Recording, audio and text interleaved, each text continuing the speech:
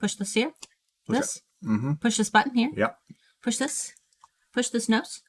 Give him a boop. Boop in the snoot. Snoop in the boop. Good morning. Afternoon. Trying to pick a bagel out of my teeth. Happy Friday. A couple quick things before we get started, guys. I put a link into the comments and then I thought about it and I'm like, why would I send them off to do that right now? The link that's in the comments, save it for later, I guess. Alpha of the Year is taking place for Handmade Alpha Academy students, and I need the Alpha community to help us vote because Mark and I are not allowed to vote. Nope. So, yeah, because we're not allowed to pick favorites because that would be mean. So, at the very tippy top of the Handmade Alpha Facebook community, there is a poll where you guys can vote for our 2021 Alpha of the Year. And they're really, really going to appreciate when you do because they win like an $800 DSLR and they get an Alpha trophy and You're rocking back and forth is driving our camera nuts. And we give them their own page in the Handmade Alpha Academy. So make sure that you go check that out. Check out their video submissions. Vote for the Alpha who inspires you the most. Make sure that when you're voting, you check out all of the selections because there's like a drop down and it's kind of hard to see. So guys, today I'm going to be sharing with you some of my very, very top favorite free tools for business. Now, I will go ahead and throw out the quick disclaimer that a lot of these tools I do have the paid versions of, but I used them for free before I paid for them. So it's almost like you can use them for free, get a sample of how they work. Some of them you can use infinitely for free. A lot of them you're going to love so much that you might end up wanting to pay for them. And I'll try to remember how much I paid for all of them. But if I find one that I pull up and I say that I have the paid version and I don't let you know how much it costs, just remind me. And most of these are going to have their own like plans page with all the prices and things. And I'll let you know which plan I'm currently paying for. But most of the tools here that I have that are paid are not that expensive. The things that I pay for, I'm really stingy when it comes to buying virtual things, especially apps and little, I don't know, little websites that I don't know if I'm going to use all the time. Usually when it comes to business expenses, I'm pretty good about knowing how to buy what I need. If it's something that I know is going to be important to me in the long run, I will purchase it. But when it comes to like a little photo editing app or something like that, I'll usually use the free version until I absolutely cannot handle it anymore and I need that paid thing. So you good over there? Yeah, I was fixing the colors. They're okay. all forged.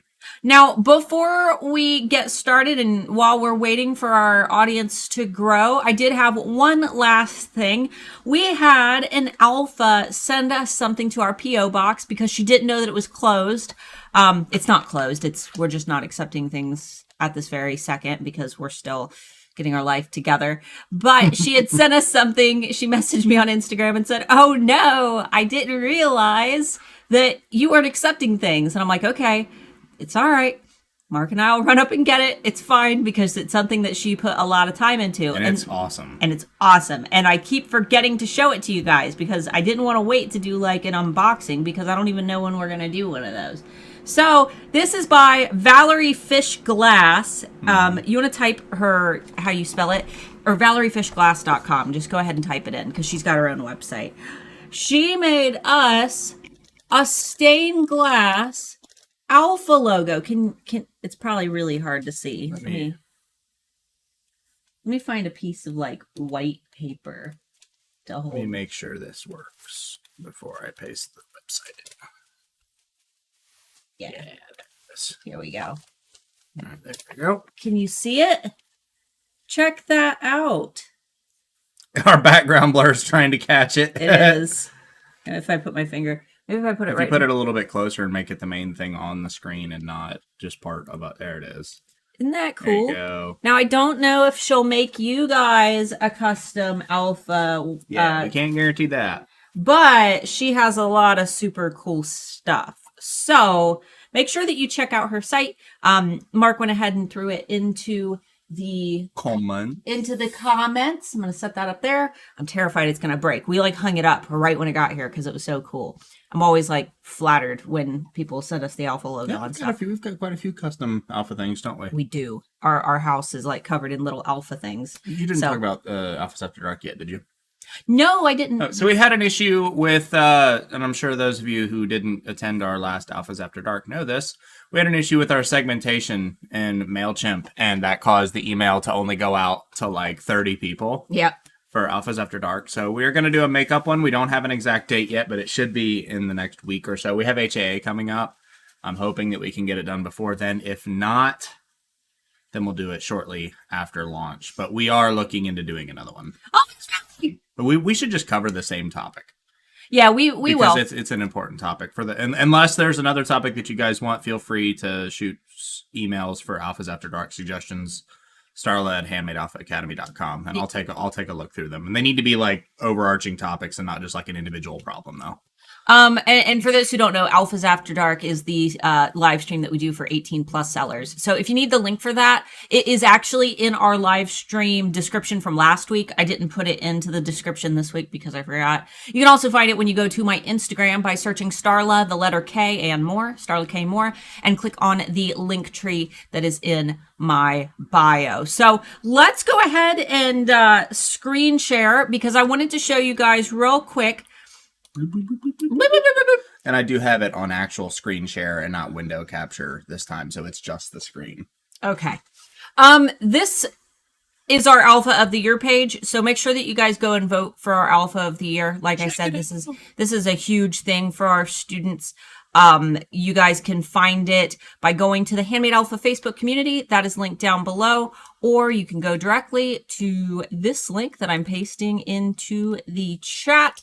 Watch their video submissions. These are all Handmade Alpha Academy students on various stages of their journeys. And then you'll just go to the Handmade Alpha Facebook community, find the pinned post, and vote. So they're going to be winning some fabulous prizes. Thanks to all the students who submitted. And for those who are planning on joining Handmade Alpha Academy on June 14th, you guys will be able to enter for Alpha of the Year 2022. So that's something to look forward to. And we always give something awesome away. We do. All right, guys, let's get into these free tools. Let's get moving around. So the first one obviously is one of it's one of my favorites. And look, there's me right there. Did you guys know that was me?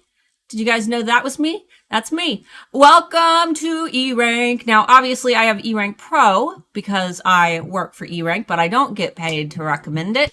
Nor do I get paid per person who signs up. But the eRank is a really great place to start if you're new with Etsy SEO. They do have a free plan. It has high or low quotas. That's what I'm thinking. Low quotas. So you're not going to be able to sit and do thousands and thousands of keyword queries at a time. Those refresh every 24 hours, so you'll have to keep coming back. But they have a great free plan. If you go to erank.com/plans, there is a free plan. You can get 50 keyword tool lookups a day, 25 lookups for your listing audit, which is going to audit the listings that are in your shop and let you know some suggestions on how you can improve your SEO, your descriptions, and things like that. And the rank checker, that's going to tell you where around roughly 10 of your items are sitting in search per day. And then you can analyze up to 100 listings in your shop. So if you've got less than 100 listings, you can analyze all of them, and you can do 5 lookups in our Keyword Explorer. And there's also a basic plan for $5.99, and then there's a pro plan for $9.99. But the free plan is fantastic for those who are just starting out, who want to dip their feet in the water, and for those who don't really know a lot about Etsy SEO. I highly recommend getting the free plan. Start with the free account and do it. There's no reason. I mean, it's free. Right. Start with free, and then if you feel like you need it, move to basic. So absolutely. And Charlie, I don't know off the top of my head if you're on PC how to get the chat to reappear. You might as well just refresh the page, and if that doesn't work, it's probably something. If you move your mouse around on it, there's probably something to show the chat somewhere. Yeah, you might have to refresh. I don't know off the top of my head though. I don't attend many YouTube live streams myself. All right, the next one we did a huge outline of last week, so I'm not going to spend a lot of time on it, but you guys know that I love Canva. It's super duper easy to use. You can create your own designs, or you can work with some of their templates down here. You can pretty much type in any social media anything. They've got Facebook covers, summer Instagram post, YouTube thumbnail. You can make PDFs. You can make worksheets for your kids over the summer if you want to make them some little worksheets. There's so much that you can do with it. So if I were to hit summer Instagram post, Let it rip. let it rip. Maybe. Narnar. Ready to go hit that narnar, bro? You all right there, sweetie? Yeah, I'm good. I'm just now starting my coffee. So if I were to select this picture right here, I could go and either go into my own uploads, or I could go into their photos, and I could grab one of these photos and stick it In the photo. right in the frame. I can change the text.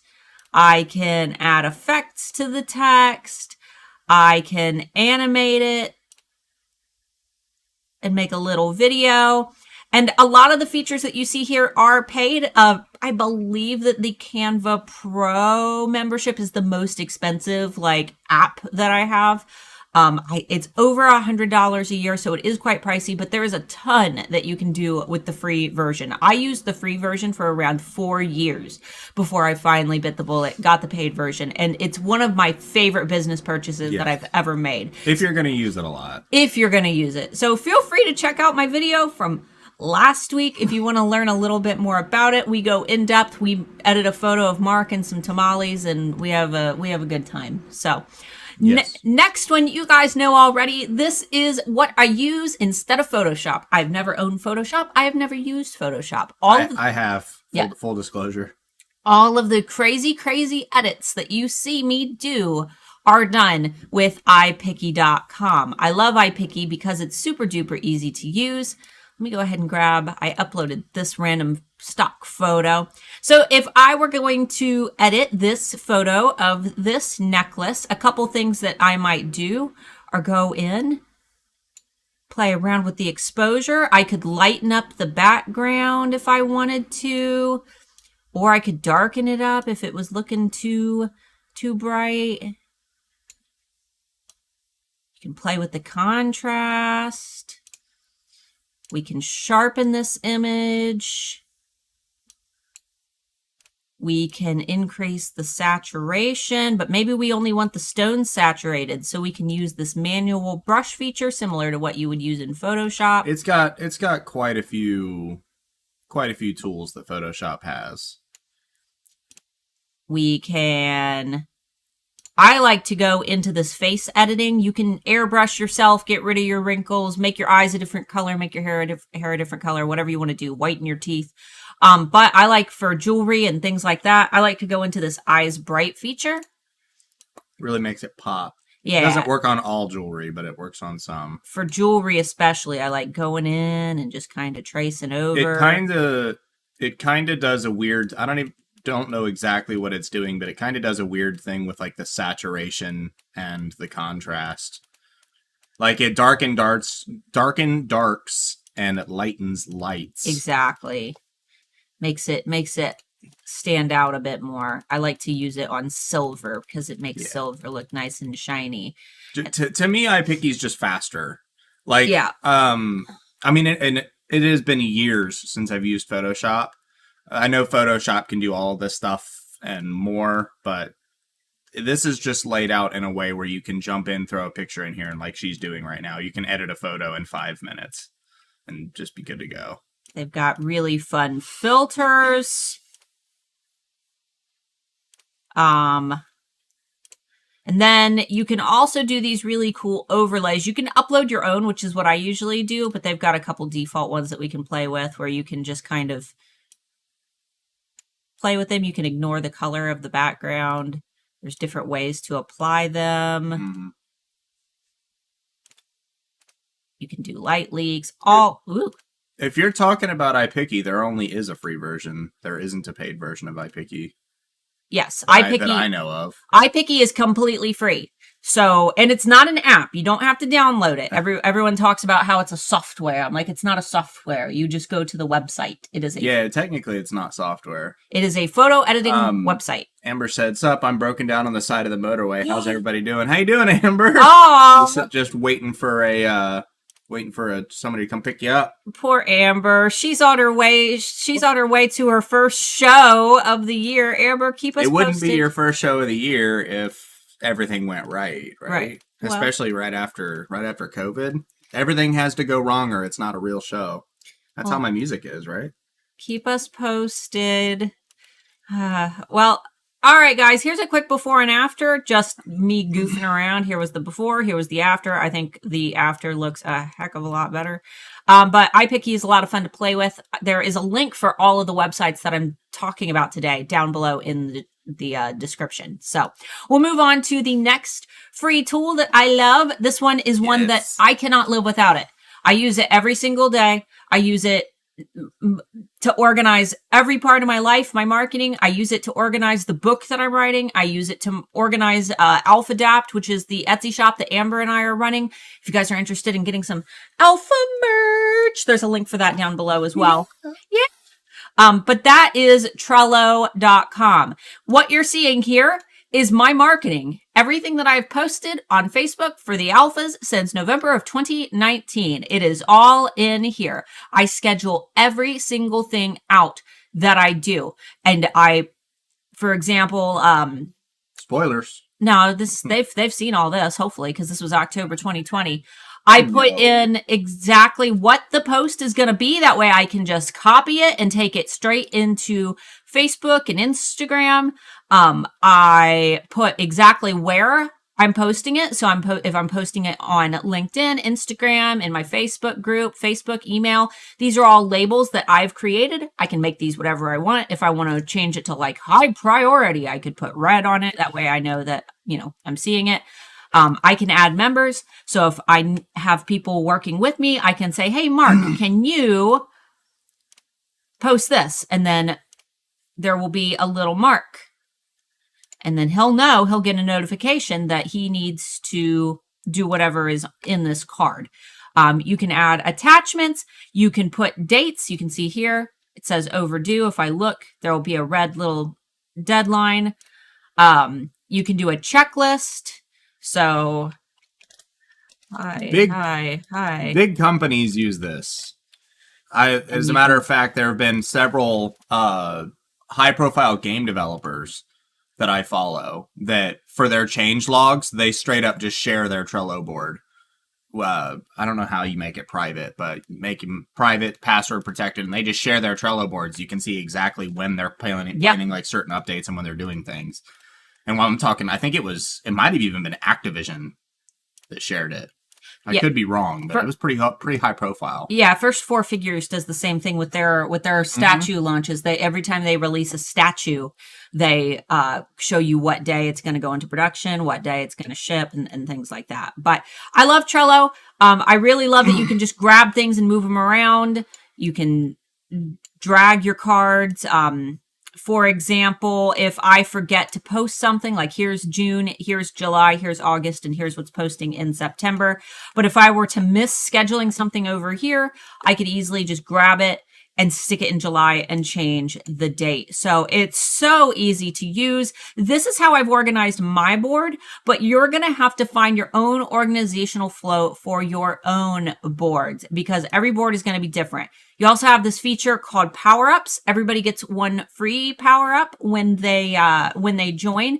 I immediately go and add the calendar power-up. It is the only one that I recommend if you've got a free membership and you only have one to use and you're trying to use this to organize your schedule and your marketing.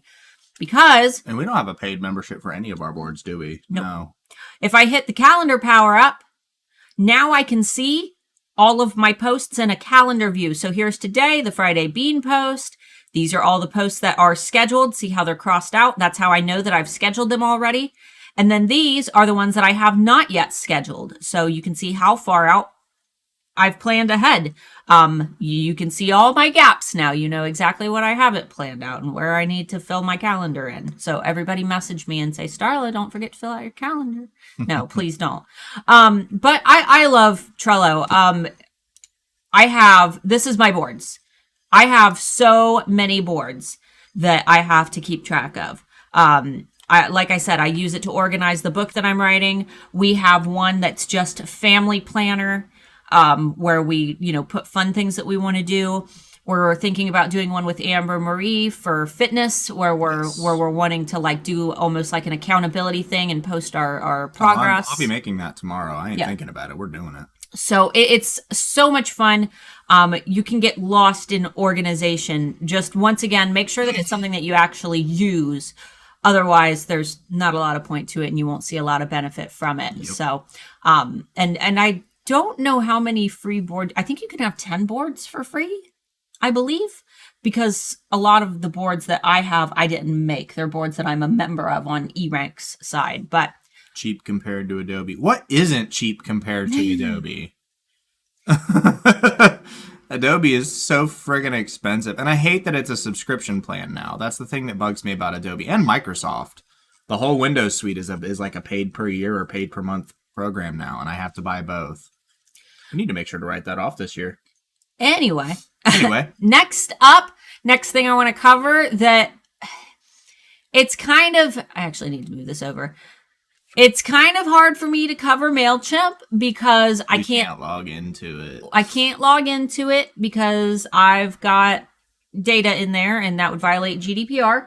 I also can't teach it because there are a lot of legal issues that come with having a mailing list, all to do with GDPR and the CAN-SPAM Act. And there's a bunch of new ones that just popped there's like up. One for California and like one that they're popping up all over the place. Now Mailchimp does do a very good job of kind of helping you with all that, and Mailchimp also helps you with spam prevention as well when you send out your emails. Yeah, they're recognized by every major mail provider, at least in the United States and in Europe. They're recognized by all of them, and for the most part, unless you do something super scammy, your emails won't go to people's spam if you're using Mailchimp. Yeah. So I can't teach you guys anything about Mailchimp just because there are legal things that you need to read up on. I do teach how to use Mailchimp in Handmade Alpha Academy, though. That opens in June. It is June. It opens on June 14th. It opens in June. It opens in June, which coincidentally is the month that we're in right now. I do teach it there. Handmade Alpha Academy is more in depth. It's kind of a closed environment where I can work with students and make sure that they're not doing anything illegal. They have that direct contact. But if you don't have the money to invest in Handmade Alpha Academy, you can find tons of videos on YouTube by Mailchimp that they, upload. So it's all on them. So feel free to check it out. They have a free plan. You can still make your emails, still build email lists. You can have up to 2,000 contacts. Yeah, 2,000 contacts without having to pay. And it's pretty easy to figure out. Oh, spam calls us every single time. But if it confuses you, like I said, there's plenty of tutorials and things on YouTube to get you by. Now, to go with Mailchimp, I also love Centric, which you guys probably recognize, these little countdown timers. So can you... Oh, I guess it's already in there. So I'm going to do... Let me just grab...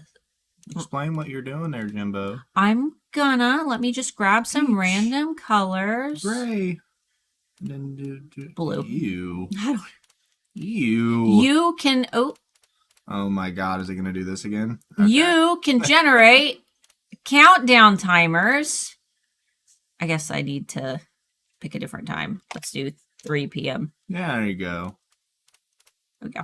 You can generate little countdown timers that you can put anywhere that you can add code. You can grab this link right here, stick it directly into your Mailchimp emails, and they've got a code section. You can put it on your website.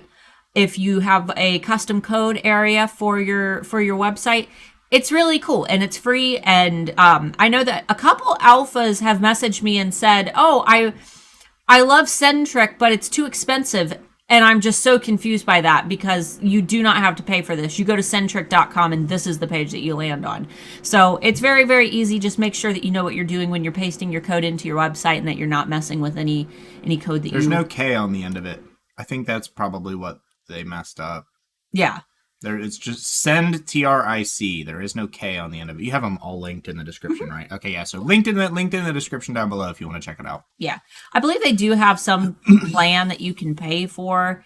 It comes with a bunch of other stuff, font options, yada, yada, yada. But I've never done that. And you guys see this every week in the Friday Bean email. That and major businesses use this exact thing and they use the free version of it because that exact font and everything shows up in tons of emails that I get. We had a couple people comment on some things. We're kind of blasting through and ignoring people. Well, because I wanted to answer comments. They're all about the specific tools that you're talking about, so we need to kind of take interest in that. Is Trello anything like Pinterest? No, it's nothing like Pinterest at all. It's private. It's like a private scheduling app. It's not even scheduling. You're not scheduling. Well, that's what we use it for. Right. It's an organization app. It is supposed to be like, they call it a virtual, like a virtual corkboard where it's like almost like imagine you're making sticky notes and you're putting sticky notes on your board. That's how I would describe it. Mm-hmm. And I said, instead of Microsoft Office, I use LibreOffice. Yeah, I've used a couple. I've used OpenOffice in the past. I prefer Microsoft just because it's the most compatible. I use Excel, PowerPoint, and Word on a weekly basis, so I have to have a lot of different stuff. And I'm Microsoft certified in a bunch of different stuff too, and I'm just used to using their tools. On the plus side, Mailchimp isn't very difficult to figure out on your own either. I had to use it for projects in a marketing course I took, and I was winging it the whole way. Yeah, it's really not that bad. I used Entreport for a minute and was trying to learn it, and it was an absolute nightmare. It's very expensive. It was very expensive for what it was, and I after looking haven't found one better than Mailchimp that I like for the price. I just wish the Mailchimp would stop moving the button. Bro, I wish they would stop touching everything. They don't stop. They never stop. Yeah, for Handmade Alpha Academy, I keep just putting notes in there like, hey, so I don't have to re-record this several hour long lesson. They just moved the button to the top right. It's no longer in the bottom left. Please don't make me re-record this entire video. Yeah, and after like exporting lists and stuff, it used to just automatically take you back to view contacts. And now you have to like click on a thing and then click view contacts. It's a nightmare.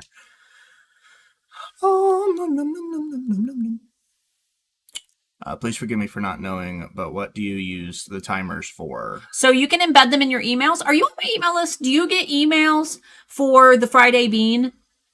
Do you ever see the timer that's like right below the button that counts down to when the Friday Bean's gonna start?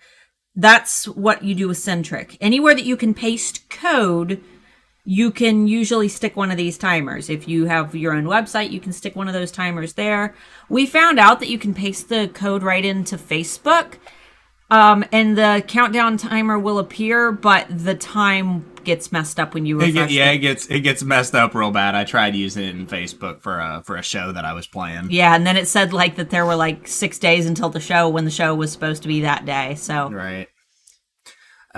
Did you know you can schedule your social media posts directly from Canva? Yes. I haven't tried it yet. I just found out. No, I didn't know that. I did. I haven't tried it yet. I don't trust using exterior platforms for social media because that just usually requires some form of authentication between the two, and it's just an extra layer of being able to break into your stuff. Not to mention, I already have my Facebook and Instagram synced, so I schedule from one and that cross post to the other automatically. I'm ex-military intelligence, so I get iffy when other websites want to access my stuff to do things. As much as I can keep on platform is the safest bet. And I think we're caught up for questions for now, so you can continue. Right. We're in no rush. Don't rush. No, I know. I've still got a lot that I want to cover. Not even 30. We're just 30 minutes in. You're good, baby. I know. I'm excited. All right, so we've got 3 websites next that I'm going to loop into one because they all do the same thing. It's just like having more places to shop, right? These are stock websites for stock images that you can use for free for marketing, for whatever you want to use them for. Yes. The first one is Pixabay. Now they're let me backtrack. The first one is Pixabay. The second one is Pexels. The third one is Unsplash, and I use them all for different things. Pixabay has some really great photos, but I primarily use Pixabay when I'm looking for things that are a little bit more fun. For example, here are some transparent leaf birds, but these are painted. You're not going to find illustrations on Pexels or on Unsplash. Pixabay is the place that you can go if you want to sort, because you can get photos, vectors, illustrations, and videos. So type in cat. You have to keep cat. So we can just do an image search. Kitties. That red one doing the big lick. Big lick.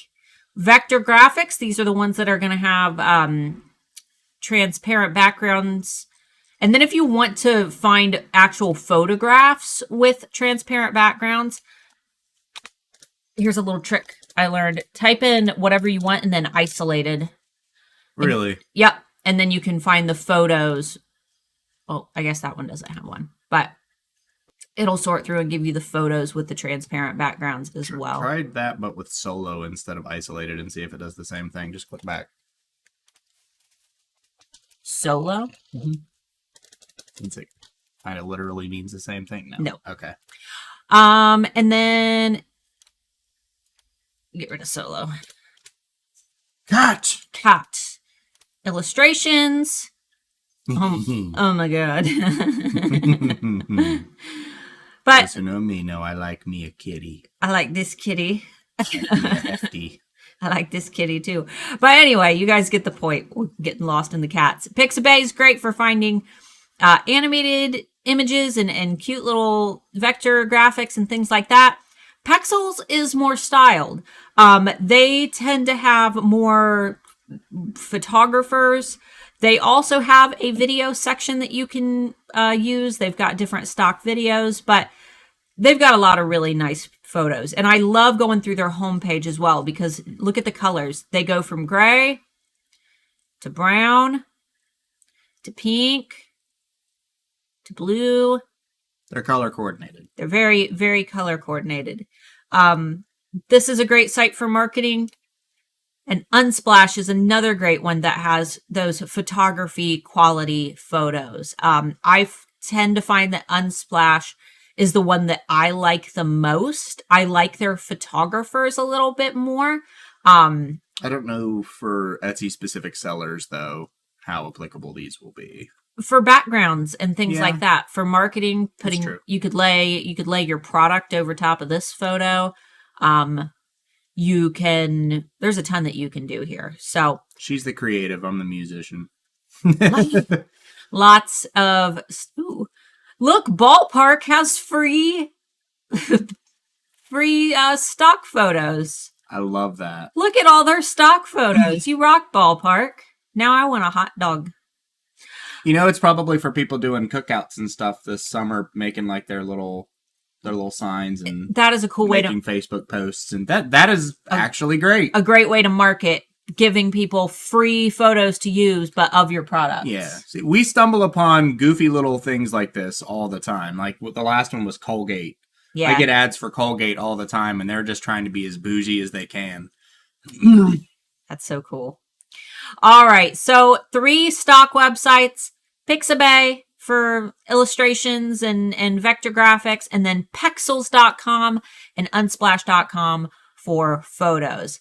The next one I'm going to show you guys is one that Mark and I have been using for years and years and years. It is the only way that we keep ourselves organized. Oh, yeah. That's my grocery list website. We do have the paid version of Cozy, which is $30 a year, but we used the free version for a long time before we bought the paid. Oh, yeah. Basically, with Cozy, you can connect everybody in your family. You can put your spouse on there, your kids on there if they've got You phones. can put coworkers in there if you need to. You can use it for work if you want to do that, or if you want to just use it for your family, you can do that. You can put your full schedule. Everybody on the schedule will get notifications. You can make a shopping list and check off the items on your shopping list. And you can separate out who gets notifications for what things. Yes. So if you have a team of like 5 or 6 people that you work with, this can be really beneficial because you can separate different tasks for different people and those individual people will get notified. And it's super user friendly. It's easy to figure out. There's not a lot of like crazy stuff all over the place. Everything is exactly where it feels like it should be. Yeah. And my favorite part is if he's at the grocery. Yeah, she can just stick stuff in it real time and I can refresh. You do have to refresh the page. But I can just refresh the page and we don't even have to talk to each other. It's great. I hate talking to you. To hear his voice, I can just update the app and it does it for me. But really, this is one of my favorite apps for home life. It keeps me organized. If we know that there is something coming up, we immediately stick it in Cozy on the calendar. And that's how we check to see, you want to do a live stream this day? I don't know. Check Cozy. What's in Cozy? Yeah, what's in Cozy? What's going on that day? I use it for all of my personal stuff too. Haircut. I'm really bad about remembering stuff, and you can set up multiple reminders for stuff. So like if I have a haircut coming up, I'll do one like 2 days before, a day before, and then like 4 hours before my haircut, and I'll get notified every single time. Yeah. It's great. And, I've got the paid version, and there's really not that much more. You can save birthdays with the paid version, which, that's important to me because I'll forget everybody's birthday. Oh, my God. I don't barely remember my own birthday. But there's not a whole lot of benefit to having the free version to having the paid version other than you don't have ads. With the paid version, it's ad free. The free version, you get a couple little ads, but it's nothing that will actually keep you from being able to use it. No, not at all. All right. The next one I cannot show you on screen, unfortunately, because it is an app that you have to download. And I also could not link it below because Apple users and Android users are going to have completely different links. But the app that I'm going to discuss with you is the MotionLeap app. You guys might have heard me refer to it in the past as the Pixaloop app. In fact, I've got a whole video from a couple months ago. I think it was holiday time last year or something like that. Called Pixaloop something. If you search Pixaloop on my channel, you should be able to find it. But basically, they changed their name, they rebranded, now it's called MotionLeap, but it does the exact same thing. I have their paid version, which I really, really love, but the only way I'm going to be able to show it to you is to just pull up some examples that I have created. So, for example, see this, the pride flag waving? I was able to add that to this image using the MotionLeap app. If you see these waving like colors down here, I was able to make this move using the MotionLeap app. See if there's any more. I know for a fact that I've done a bunch of them. Shout out to all our Pride folks, by the way. Hope you guys have fun at whatever Pride Fest you go to this year. Please be careful. It should be coming up soon. Yeah, be careful, be safe. Make smart choices. And make sure that you get vaccinated before you go into big crowds. Yes, please. Yes, please. I guess I don't have a whole lot here. Let's go to my famed and very dead Instagram account. Art by Starla Moore. I haven't been able to post anything here. All right, here's one. Can you guys see these little light leaks kind of moving around? I did this one. You did do this one. They're kind of fuzzy. All of the motion things for this one. And this one, the flames. Can you guys see those flames up here? Are there any more? Oh, here's one.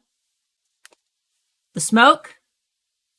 It's a really, really cool app. You can add motion graphics. You can add sound. You can add things to fly around. Here's one that I did of little butterflies flying around. This key and this little butterfly here. It's super duper easy to use. You basically just drag and drop the graphics on. There is a paid version that I have, and I think it's totally worth it because you get so much more. You can be pretty creative with it. You can. You didn't even show off any of the creative ones I did. I can't even remember which ones I did. I mean, I sat with our little stylus with the ones that have like the little individual dots, and you can create like full, like I spent like almost a half hour, 45 minutes animating like a single picture because you can just go nuts with it. Yeah, there's so much that you can do with it. Now, when you open up the app, you will get a pop-up prompting you to pay. A lot of people think that that's like a paywall. It's not. You can close it. There's a tiny X in the top right corner. So just be aware that there is a little pop-up that will make you think that you have to pay. It's like $9.99 a month or something. Something like that. We love it. But you can close that out. So, and then I've got one more free resource to share with you. It has been mine and Amber Marie's life since October when we started planning Alpha Adapt. It's how we communicate. It's how we message each other. It is the Marco Polo app. It is a virtual walkie-talkie. You can basically send little video messages, and it's great when you don't want to talk on the phone. Amber and I are introverts, and there are times when neither of us wants to sit in a Facebook call. So what we can do is send back and forth video messages, and we can reply to them whenever we want to. We don't have to worry about, getting stuck in a conversation and having to do something else. In fact, let me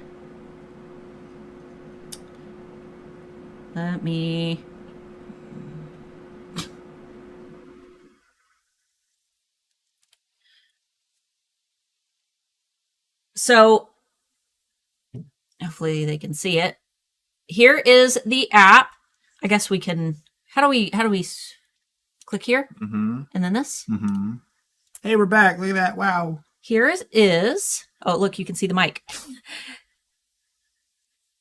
And here are all the messages from Amber. And then if I were to go, Amber, we're live, and I'm Marco Poloing you while we're live. That way. I hope you're not on the side of the road still.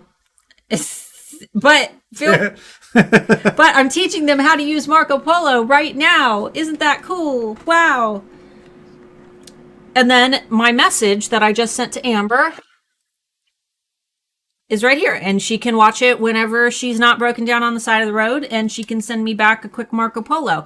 It is so great for collaborating. It is so much easier than having to schedule like a talk, or I'm really bad about replying and typing out messages. I hate replying to especially like a long message when I'm trying to do something else. Me and Amber, we usually Marco Polo while I'm putting on my makeup. She will Marco Polo me while she's working on her business. And it's just a quick way to communicate. So it's a free app. I've got the free version. Amber has the paid version. She can do so much crazy stuff with the paid version. She can say she can put little markers on past polos so she can go back to them. You can speed up the talking of messages that you've received. That way you can listen to them, sped up by a little bit, and you can listen through them faster. She can put all kinds of stickers on her screen and do all kinds of crazy stuff that I can't do with the free version. But I've been using the free version forever. I love it. Super duper easy to use. And it's really fun, especially if you've got business partners or friends and you're an introvert like me and you don't want to get stuck in big, long conversations.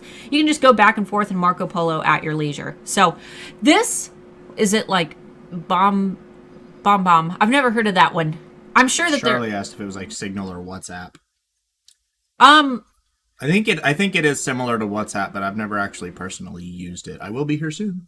Yeah, that's right. If you have an iPhone, one can do this through voice text too. I like Marco Polo because I like being able to send the full video messages. Yeah, we also, we have voice text, I believe. Yeah. You can also just voice text through Facebook too. I like Marco Polo. Marco Polo to me is more convenient. Because then you've got all your polos already saved and it's fun. But if you've already got that feature, that's fine too. It's also great if like you're trying to talk to somebody, because if you're an Apple user and you're trying to talk to me and I'm an Android user, it's probably not going to work the same way. So no. I think that it works across devices as well. So It's okay. We don't use Apple. Sounds like WhatsApp. It's the same and used by most people internationally. yeah. All right. So guys, those were my tools. They're all linked down below other than MotionLeap. You'll have to find that one in your app store, whatever that might be. These are just the things that I personally use. So if there are alternatives that you guys prefer, or if there's something that is cheaper or that, you know, that you're more comfortable with, obviously this is not the end all be all or anything that you have to use. This is just the stuff that I use every single day. Out of these things, I think that the things I use the most are probably Canva, and I would say Canva, Trello, and Cozy. Yeah, I use Mailchimp obviously several times a week. We use all these tools. These aren't just random things that we found. These are all things that we use exactly on an almost weekly basis at least. Yeah. So I absolutely love everything that's here. And hopefully some of it's useful to you. Now, just a reminder, guys, before we get into your questions, which feel free to shoot those down below. Yeah, go ahead and get them in. We got time to do some questions now. And they don't have to be about this topic. You can ask any Etsy related questions or marketing related questions or eRank related questions. If you have a need for a tool that isn't being filled, let us know. We can try to recommend things if we know them, or somebody in the comments can recommend them if we don't know. Yeah. But while you guys are getting those in, please keep in mind that Handmade Alpha Academy is going to be opening in how many days? 10 days? 10 days. Holy crap, 10 days. 10 days? In 10 days, HAA will be open for 10 days. Holy smokes, 10 days.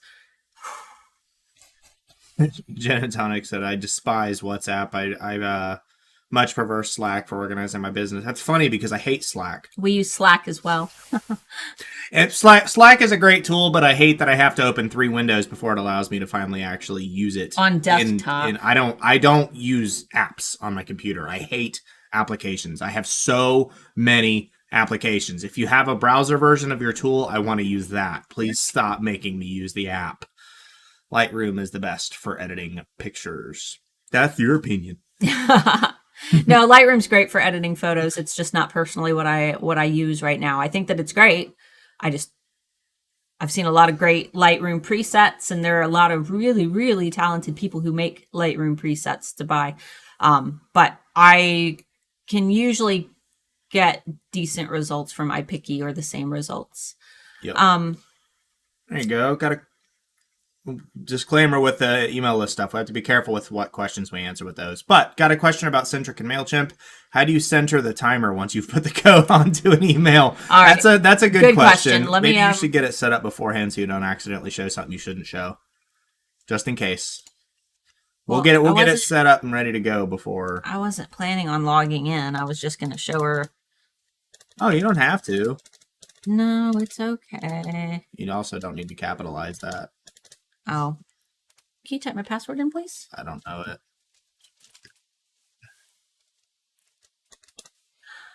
Give us just a second, and I'll just show you what mine looks like. Never. Oh, my goodness. And then Oh, thank God. I was like, God, I hope we're not screen sharing. No, we're not. I had a tip today on an app which converts photos into videos which work in Etsy. It's called Lumiere. Have it used to add special effects to the photos. So it kind of sounds like the app that we showed. I think I know what you're talking about, though. I've never personally used it myself, though. It's not sending me the verification. Because you got to click send email code. Oh. See what I got to work with, guys? All right. Type in that code.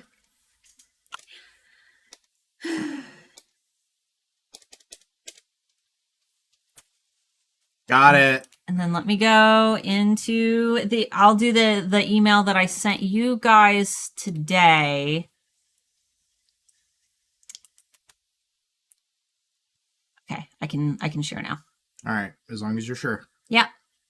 Is this what I hit? Yes. Okay, so while editing your email, here's the one that I sent you guys today. Boop, boop, boop. Okay. Here's the email countdown timer. Obviously, it is at 0 right now.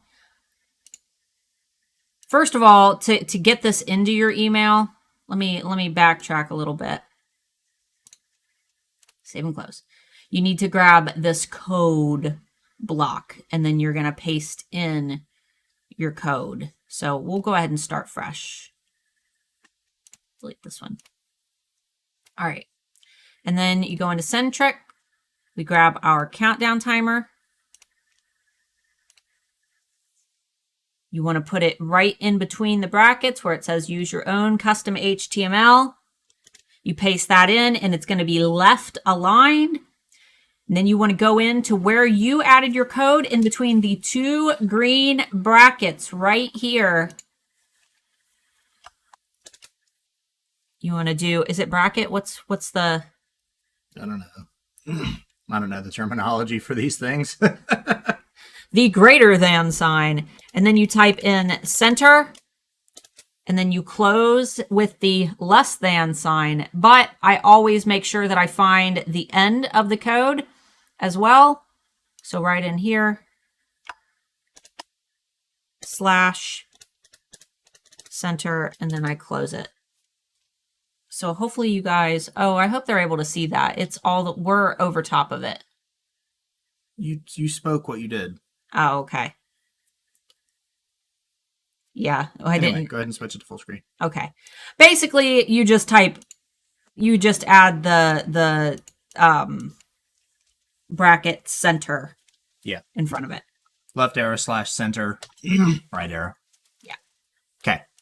Back to full screen. Whee! We got a good one. Less than. Greater than. Whatever. Yes.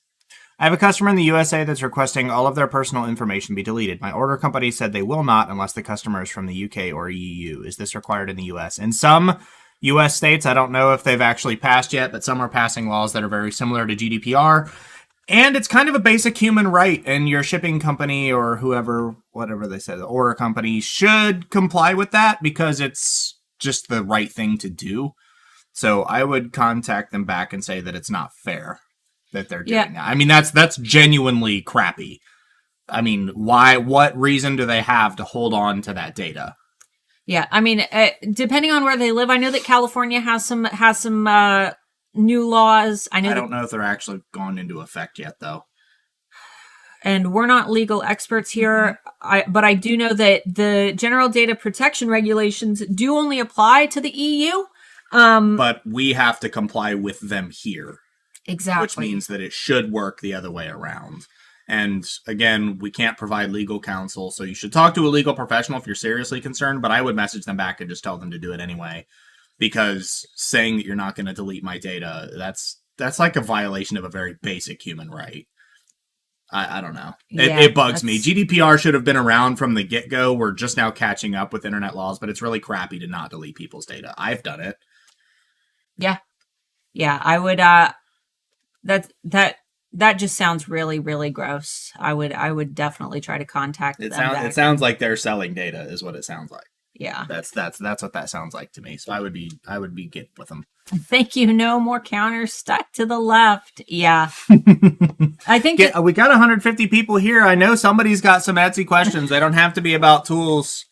We usually go until 2. It ain't even 1 yet. Let's get some questions in here. We're here to hang, guys. Yeah, I'll cut it at 1 if we don't get no questions in. Don't forget, Handmade Alpha Academy link is down below for those who aren't on that waiting list. Make sure that you sign up for that so you get the $1,000 discount when we open. Also, don't forget to go to the Handmade Alpha Facebook community, also linked down below.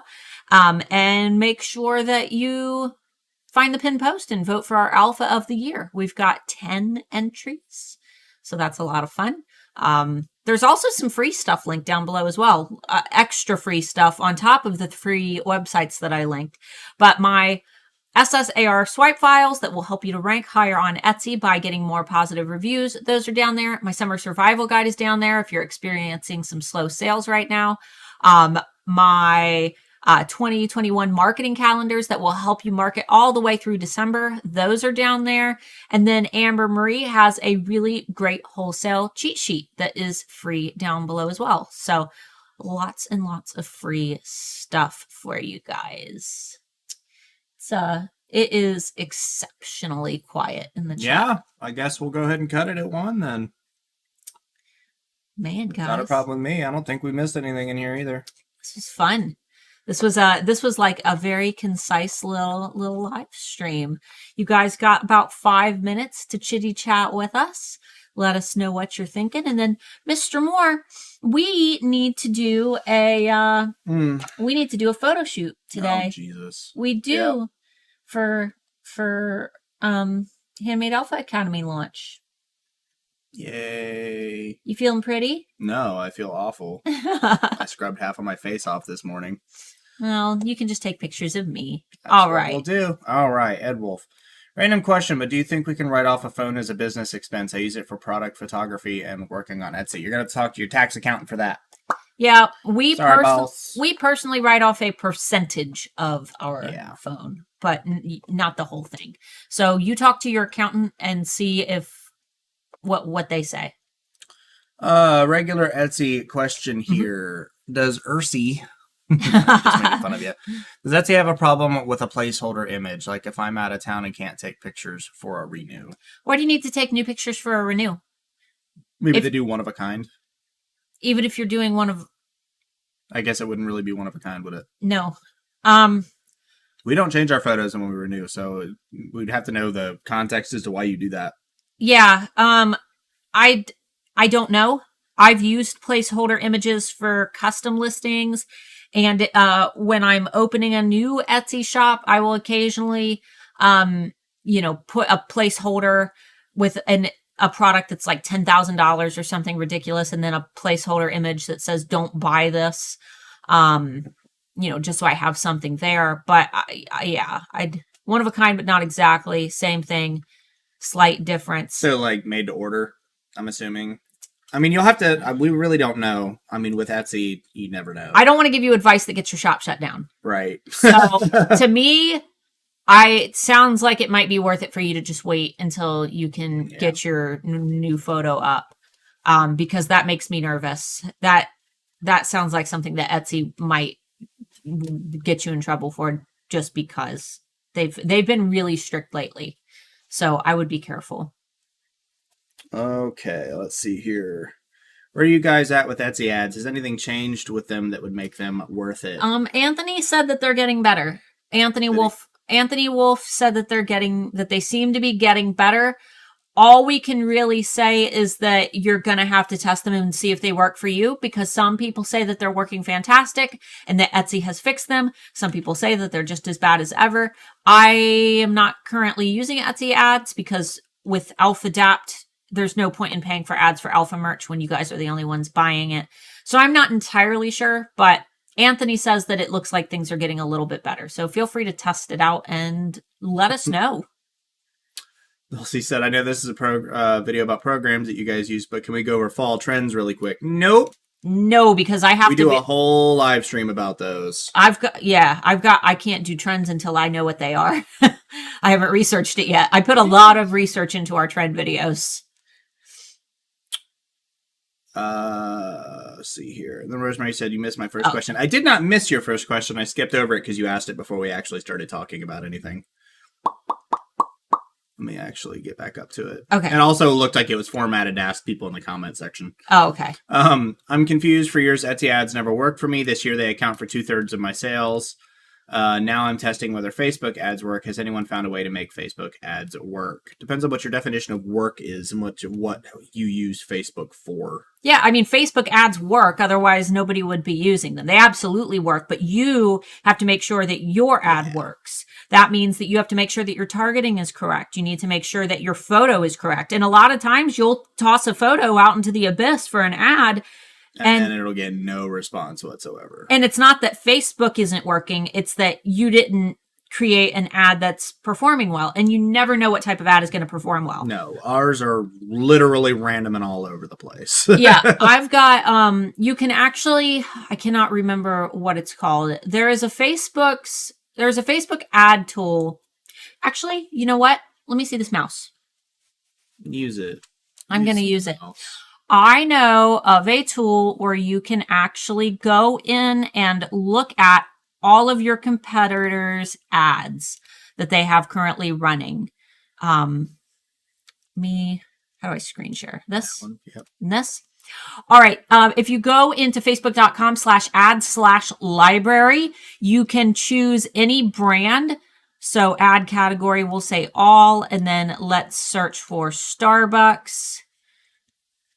And then you can see every single ad that they are running.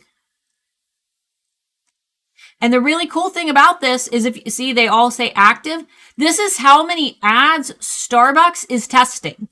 They don't know which one of these is going to work. They have to appeal to all audiences. Exactly. So a lot of these are just them testing to see which one is gonna work. They've got different formats.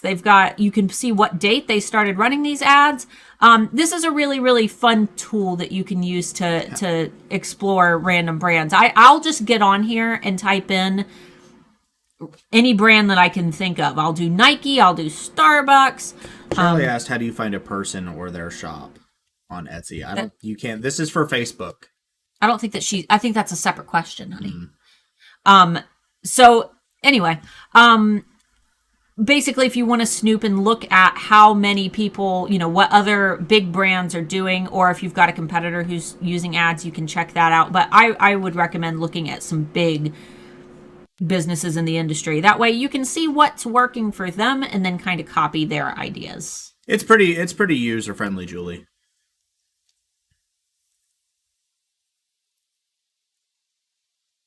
It's just facebook.com/ads/library. Feel free to, I don't think I really need to go over it. It's more one of those things that you've got to go in and kind of play around with it. Yeah, go in there and play around with it and just start typing things in. You'll figure it out as you start typing in brands because that's all you have to do. Okay. Let's see. Let me have that back. Let's see what we got. Under rosemary.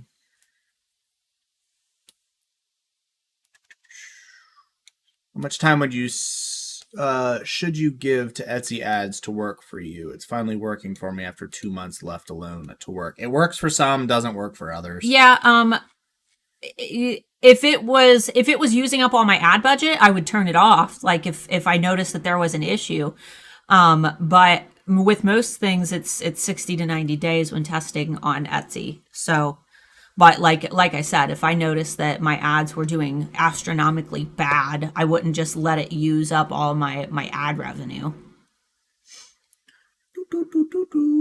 When listing SEO, does it matter if you use commas or slashes? No. Also not using spaces between commas. None of that matters. They're all delimiters. It doesn't really matter what you do. They all separate the exact same way. Yep. As far as we know. Etsy's going to read it the exact same way. Either way, you do whatever looks best and cleanest to you. But in terms of what Etsy sees, it doesn't matter. Yes. It's more about what your shoppers see. I've been buying $1 a day Etsy ads for a few days, a week, and they seem to help. Yeah, that's what we said. They work for some and don't work for others. Confused on to where to find my EU tariff number for some of my products. Wouldn't have the slightest clue. That sounds like a EU question. But feel free to post it in the Handmade Alpha Facebook community. I have no idea, not even the slightest clue. I'm just gonna go ahead and leave that comment hidden because I don't have the time to read it right now. Regarding your swipe files and the whole review thing, so many of my customers are guests, so I can't get reviews from them, no matter how great my service is and how pleased they are with their purchase. You can't make somebody sign in, unfortunately. So if they check out as a guest, the swipe file series isn't really going to work. I know how bad that sucks, especially when Etsy, allowed that guest feature. But if you're making sales, I mean, that's great. I wouldn't stress about it. You can't make somebody sign in. And I'm guilty of doing that. Not on Etsy, but there are tons of sites that I shop on that I just check out as a guest. It's one of those things that you can't control. Focus on your controllables. Yeah. That's my biggest piece of advice when it comes to anything business related is don't stress over the things that you can't control. Focus on your controllables. Yep. I turned on ads and immediately got a sale after 2 weeks dry spell, but then it stayed on for about 4 days and nothing, so I turned them off. Yeah. You probably got a little boost there. Etsy ads are random. I still don't know how well they work until I see proof that they're working well. The word of mouth from anybody doesn't really matter to me. I want to see results. How arduous is it for people to sign up to Etsy? There are an awful lot of buyers who check out as guests. It's always been that way. I think that signing up is going to allow you to create favorites. I don't know what order tracking is like as a guest because I've never purchased as a guest. I'm not sure. Like I said, I don't know. There's no real way to persuade people to sign up for Etsy. Not to mention it. I would just be happy to make the sale. At the end of the day, you're getting that sale. So Tulsi said, what's up with the new platform Etsy bought out that's all vintage stuff? Do you think they'll do handmade sellers with the added extra traffic? I'm not familiar with the other company. I didn't even know they did it. Yeah, they bought another, like a resale company, but they also own Reverb, and they've owned Reverb for over a year now. I haven't done anything with it. It hasn't changed at all. Etsy owns more than one company, so that's just business. yeah, it's not that these other companies are becoming handmade. It's just Etsy as the umbrella company is buying some smaller companies, but it has nothing to do with us. It's like that in every industry. You look at food in the United States. There are like 9 companies that own literally only 9 overarching companies that own everything food related in the United States. 9. And there are how many different products in a grocery store? Like 10,000 different brands, and they're all owned by 9 companies. I think it's 9. How do you find a person or their shop on Etsy? I mean, it depends on what you know already. If you know the name of their shop, it's usually just the name of their shop without spaces in it. You can type it into the search bar up top. So a lot of times alphas will like shout out their shop or have me look at their shop, but they won't specify enough for me to find the link. What I'll do is I'll type their shop name into Google along with their first name, or I'll type in their shop name and then Etsy. Yeah. And Google will usually recommend that shop to me as long as they don't have a super generic name like Jessica's Designs or something. Yeah. Nine times out of 10, if you at least know their shop name, you can. I'll even just do straight up bar at the top, Etsy.com/shop/shop name. Yeah, and that's usually enough to get to them. If not, you can type it into the search bar or do what she did. We already did that. Wow, didn't know you could check big business ad campaigns. She found that a couple months ago, and it's neat. It's neat checking out how they do their stuff. Yeah, just start typing in. What I like to do is the first brand that comes to mind, I will type it in and see what kind of ads that they have running. And it's cool to see what's trendy. I like seeing, what colors are they using? What imagery are they using? Right now, Starbucks has all beach themes and palm leaves and things like that. So that lets me know that, cool, beach themes and palm leaves, maybe that's what I should use for my marketing. Don't really know what you're asking. I don't know how to pronounce that anyway. What is website name guide? You're going to have to be more specific. I'm assuming it's a language barrier, but as of right now, your posts kind of look spammy. So just let me know if you have a legit question. It's like someone is struggling and they don't say their shop name, so all you have to go by is their name. Yeah, I mean, you can, if you know their name, if they've actually put their name as the shop owner, you can sometimes get away with like typing their name in. But if it's like a Jessica Smith, yeah. If it's like a stereotypical name that like 30% of the US has, then you're not gonna find it. But yeah. Or just ask them. Yeah, ask them. Hey, what's your shop name? Boo, boo, boo. I know it's hard to find shops unless you know that. Yeah, it is. Mm-hmm. Title works better than tagging on Etsy. Just my own experience. You need to do both. There's no point in just doing one. Title holds the most weight, but you don't just leave your tags blank. That's like saying, okay, you can have 15 lottery tickets, and you say, just take one. No, if I'm offering you 15, take all 15 opportunities because don't be rude. Not about rude. It's about taking it's laws of probability. You want to make sure that you're optimizing for every possible area that you can optimize for. Exactly. It's a wasted opportunity otherwise. I'm not stressing about guest buyers. My review to sales ratio is great. Just a shame that guests can't leave reviews. I'm sure there's a good reason for Etsy doing it that way. Because there's no way to prove that they made a purchase, and you could get a bunch. Bots. You could get review bombed by somebody who's just being hateful because there's no proof of purchase with a guest. So yeah, that's like when somebody makes a product and it's like exorbitantly expensive and they post it on Amazon and it just gets reviewed and it's like, yeah, sold my third kid to buy this. Yeah.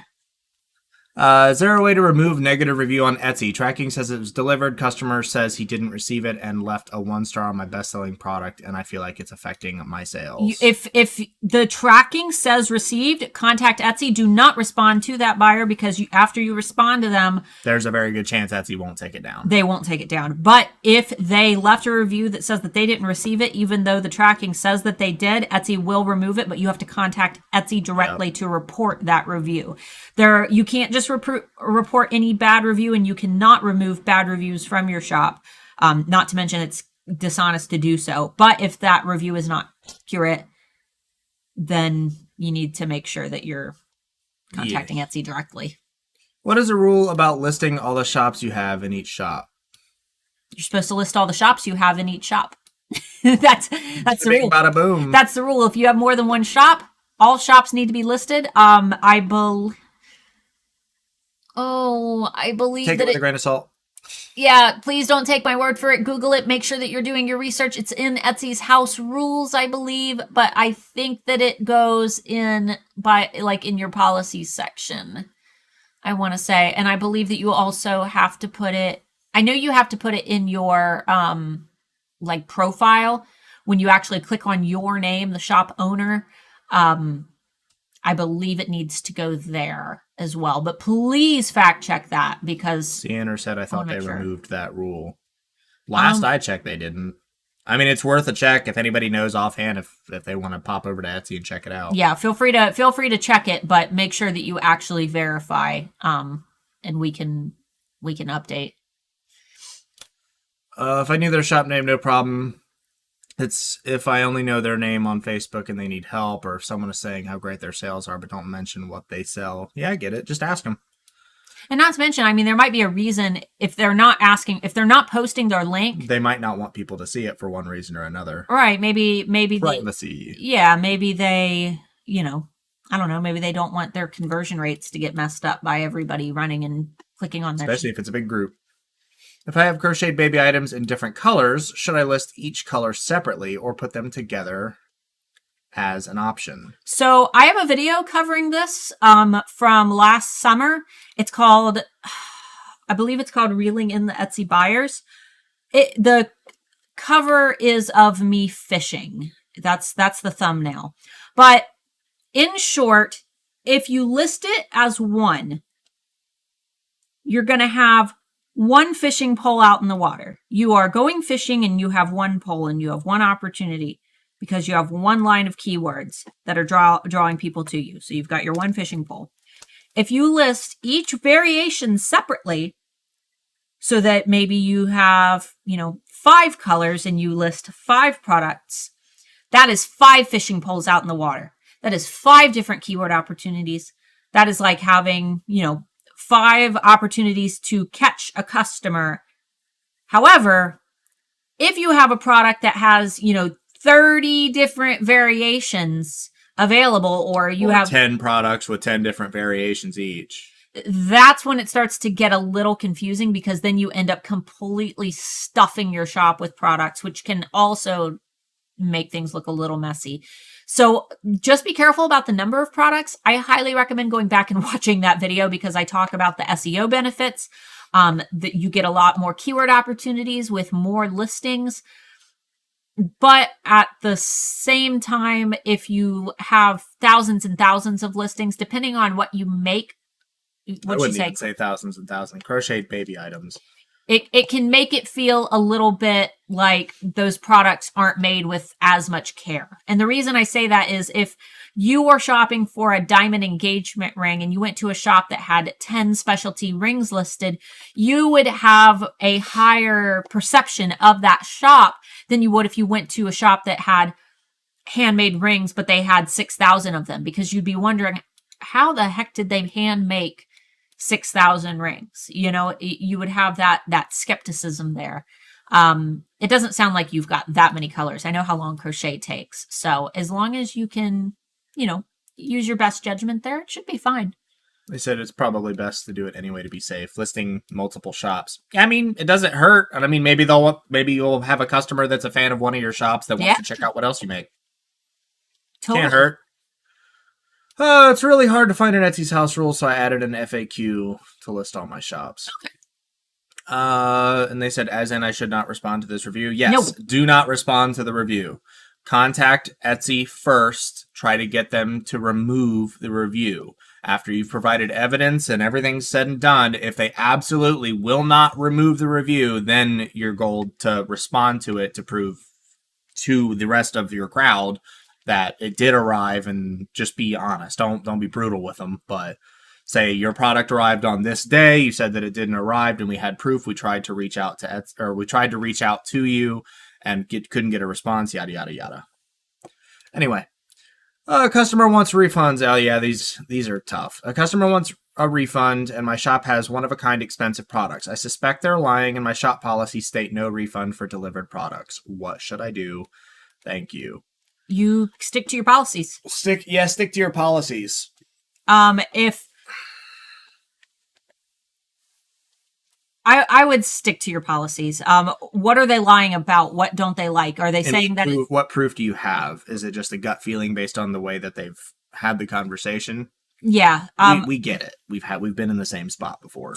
I would say stick to your policies, just being mindful that they might leave that bad review that you can't get removed. But if it's an expensive item and you do have that gut feeling that they're lying about something like a delivery, I mean, obviously if you shipped it and it says it was delivered and they're saying it didn't arrive or something like that. And they're not entitled to a refund. Right. I would, reach out to Etsy if they leave a bad review. But if they contact you and they say that something was wrong with the product, then you can offer a refund if they're willing to return it. That's one thing that we've always done. Yeah. Like if there's something wrong with it, you're free to return it, and I'll immediately provide you a refund. We like sticking to shop policies. I'm not the biggest fan of no refund policies, but I understand with custom items and expensive items how it can be kind of crappy to offer refunds. But yeah, for longevity, if there is something actually wrong with the product, you might be burning off somebody that might be spending more money on you in the future. Does it make sense to post the same product listing on both shops to increase my chances? It can fit both shop niches. No, you're not allowed to do that. No, you cannot cross post products to different shops. You can A/B split test a product within one shop. I don't recommend replicating all of your listings, but if you want to test one or two products to maybe test a different thumbnail or test some different keywords and have the same item listed in one shop, you can do that. But you cannot cross post products from one shop to another shop. That can get both of those shops shut down. Yup. Is it this one? Is it what one? If you posted a link, our thing auto blocked it, and I don't even have the ability. You can't post website like a .com or anything like that. You should, if you're doing a website, actually type out the word .com, and it should post. Cute paper flowers. Let us know what you meant. Lots of polls makes a lot of sense. Thank you. Yes. Hope my comment didn't seem. Oh yeah, so yeah, you definitely posted something that got spammed. I had read somewhere that you cannot collect email addresses on Etsy. Is there a way around this, or is this a no-no? It is a no-no. So it is a no. You have to ask. So basically, when it comes to getting people on an email list, you cannot put them on it yourself unless they give you permission and you have a documentation of that permission, because that's something else that you have to have available. Basically, if someone were to come to you and say, "How did you get my email?" you need to be able to provide them with how you got their email, when you got their email, what you intend to do with their email, and any other data that you have collected on them, especially if they live in the EU. And keep in mind that the GDPR laws that apply to the EU, we do expect to see in probably the next 10 years, those apply to at least the United States, if not more countries as well. So I would be very, very careful in the way that you have these things set up. Now, what you can do is create your email list and give them an email opt-in option within your shop announcement. I like to include it in my listing photos. You can put it in your listings. After they make a purchase, you can say, thanks so much for your purchase. For future updates from me or for future discounts or to see future collections, feel free to join my email list. You can put the link on a printable that you include in your orders. There's so many ways to do it. You can post it on social media. There's a lot of different things that you can do to get them to willingly sign up, but you cannot add them yourself. Why won't it let me do that? Anyway, I don't know if spam, if not spam, because it sounds like he's asking how to sign up for HAA. All right, so how to use Etsy tools. Okay, so we're just gonna not do that. If you're legit asking how to join our course, head on over to your email and send us an email, starla@handmadealphaacademy.com.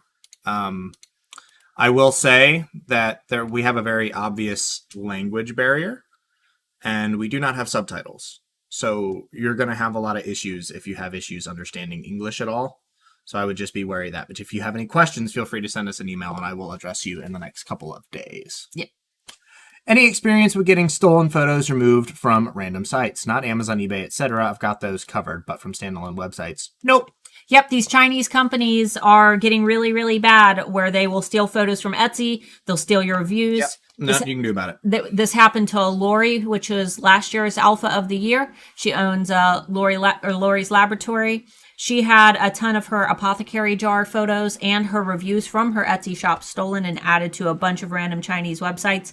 Typically what happens when you order one of these fake products is you either receive nothing in the mail or you receive some nightmarish knockoff type product that looks nothing like the photos. It happens. There's also the buy through where people will link to, like they'll have the backlink where they'll buy from the website and then it commits a purchase on your shop and then it ships directly to the person that actually made it. So they make like a $10 profit off of your purchase. Right. But this is, I'm assuming you mean the people who like make it seem like it's being sold for way less. There's really nothing that you can do about that. So you can contact their domain registrar if they're not a Chinese company. Let me make sure that I'm providing the right information. The problem with the Chinese companies that you see like this is that their laws are going to be a lot different than our laws. That's why we see a lot of copyright products coming out of China. Their copyright laws are, I don't want to say they're virtually inexistent, but they're virtually inexistent. It gets really, really complicated because there's nobody there's no way to pursue. That's the big issue. Reaching out to their web host directly is an option if you can find it. Yeah, that's what I was talking about, their domain registrar. You can go, yeah. So you can go to, I'll just do this, y'all. Make sure this link works. You can look up the actual website. Make sure that works. Yep. You can go here. I can look up. You can type their website into that, and it'll give you every bit of information about their website, who owns the website, all that kind of stuff. And somewhere in there will be an abuse email or a registrar contact email, and that goes directly to them. If it is listed in Russia, China, India, pretty much anywhere in the Middle East, they're not going to take it down. They don't care. It's fully legal over there, and there's nothing you can do about it. If it's in the U.S., GoDaddy sometimes will help you out, but most of the time they won't. So that's the most that you can do. But I mean, realistically, they're not going to be that big of a threat to you. They're not selling on Etsy. They're selling on their own platform. So they have to do their own like advertising and all of that kind of stuff. So unless their advertising is way better than yours, and I doubt it is, you're probably okay. Well, a lot of the issue is they take your exact photos and make it seem like they're shipping your products. If if they're running Facebook ads, I also recommend reporting those Facebook ads, posting on your Facebook page and saying, hey, here's a scammer. Everybody be aware that this person is a scammer. For my loyal fans, be sure to report the scammer so nobody gets their money stolen. Only if you're sure that they're stealing your photos and scamming you, because sending your audience to attack somebody is like way against Facebook's terms and conditions. Right. So, well, don't tell them to attack them. You don't want that to fall back on you. Tell them to report the post. Be very transparent about your intentions with it so your page doesn't get shut down. Yeah. I've watched that happen. Is it this one? And then she posted the video from last summer with you fishing picture. Yes, it would have been the one with, it's the only one that I have where I'm holding a fishing pole. So I'm standing outside in the thumbnail holding a fishing pole. I know that for sure. But we can't see any links that you post, even if they're links from this channel. Only we can post Miranda links. said, Zara, you can email them if they order from you, but only regarding that sale. Incorrect. You cannot send somebody an email directly to their email address, transactional or not. You can only message them on Etsy as a platform. Unless it's something about, well, I think that you can email them if it has to do with their order. If it's like you've tried to reach out on Etsy, you can't contact them any other way. Like you've tried to reach out, maybe they got something custom, but like if that's different. But I'm saying like if you're just wanting like their email, you can't just start sending. It's the same as adding them to an email list. You can't just add people to an email list. Right. I think she means like it's okay to do if it's related to that transaction. Yeah, but always start with Etsy. Yeah. I have to get going now, but it was nice spending time with y'all. Have fun. See you later. Have a good weekend. Have you guys? Yeah. So this one. Have you guys read about the Inform Act? I wrote my senators, and they are for it. It's not cool having our home address on a storefront. There's not enough information out there for me to say how I feel about it. I mean, that's not true. There's plenty. We just haven't had the chance. That's what I meant. Yeah. We need to sift through it. Right now, it sounds terrible, and we plan to do a video on it, but we want to make sure that we cover all legal aspects. We never release videos until we have gotten all the facts, and we want to look at why they're doing it and what the actual benefit of publishing home addresses for platforms such as Etsy and small businesses. And I believe it's businesses that make under $50,000 a year. Yeah. And I mean, at the end of the day, they're trying to keep people from being scammed. And like, no matter what, you guys are never going to know our like true political affiliation. We do that for a reason. And with stuff like this, both sides have a tendency to take things to the extreme and blow things out of proportion. So I want to be sure that we can read the actual like act and read what it is actually going to do, and not just some blogger's interpretation of what they think it is, because most of the time it's wrong. 9 times out of 10, when you hear something on the news, it's blown out of proportion, especially with things like this. It was the same way with GDPR. GDPR was made to look like this big astronomical thing. Terrible thing. Like if you mess one thing up when you send an email out, you're going to get sued for $50,000 by the European government. And in reality, it's like they're just going to send you an email and ask you politely to delete stuff. So don't take things too seriously unless you've read it yourself. And we're going to do that. We will probably do an actual, I doubt we'll do a live stream, but we'll probably release a video on the subject, but not until we've actually had a chance to read it, and we will do that soon. Yeah, we definitely agree. We definitely think it's terrible, but we want to make sure. Yeah. No, I don't. And this probably is obvious based on my previous statement about deleting information for people. I don't like my personal information being spouted out for everybody to see. I mean, it only takes you saying one bad thing for somebody to hate you and want to hurt you. It's not right to post your public information places. So we'll look into it before we talk any more about it. So I would have to sign up, I would have to have a landing page for them to sign up for an email list. If you're using Mailchimp, you can have you can make a sign up page for free with your free Mailchimp account. So you can create all that directly in-house. You can brand it, put your own colors, make it pretty. There's all kinds of stuff that you can do with Mailchimp. We did get blurry, didn't we?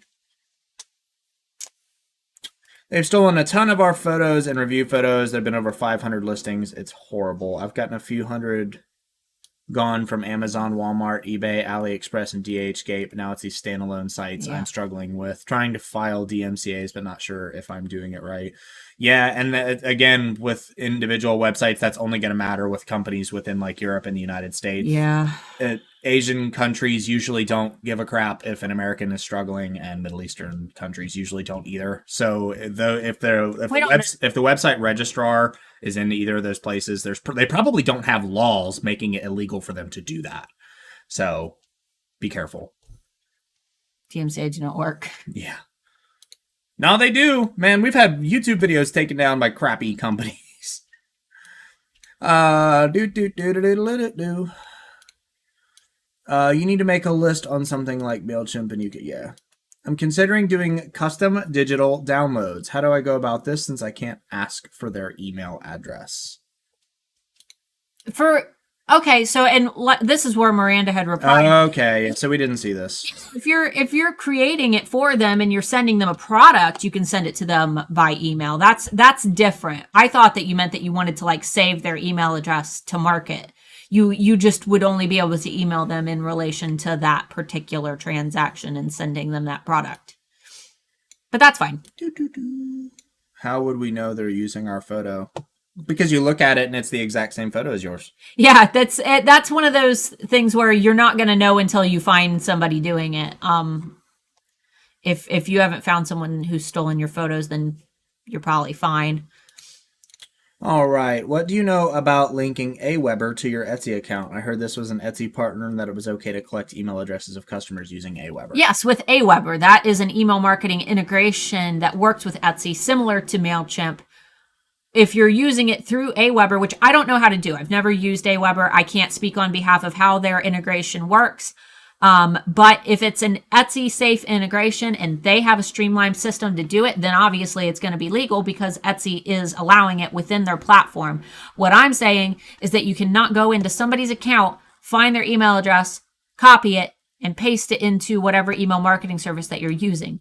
If it is a direct Etsy integration that has been streamlined to work with your Etsy shop, then it's fine because Etsy has approved it. Otherwise, it would not be in their integrations. Yeah. As for the like actual specifics and mechanics of it, though, I have no idea because I've never used it. I'm a Mailchimp user. I've had Etsy customers leave me a phone number and ask me to call or text. This is a no-no, right? Yeah, that's a big no-no. Not only is that a no-no, that's just a straight-up privacy concern. Because the thing is, you call them from your personal cell phone number, and they can find you. Well, I can find just about. You post your phone number in here, I can almost guarantee I can find your personal address. Don't post your phone number here.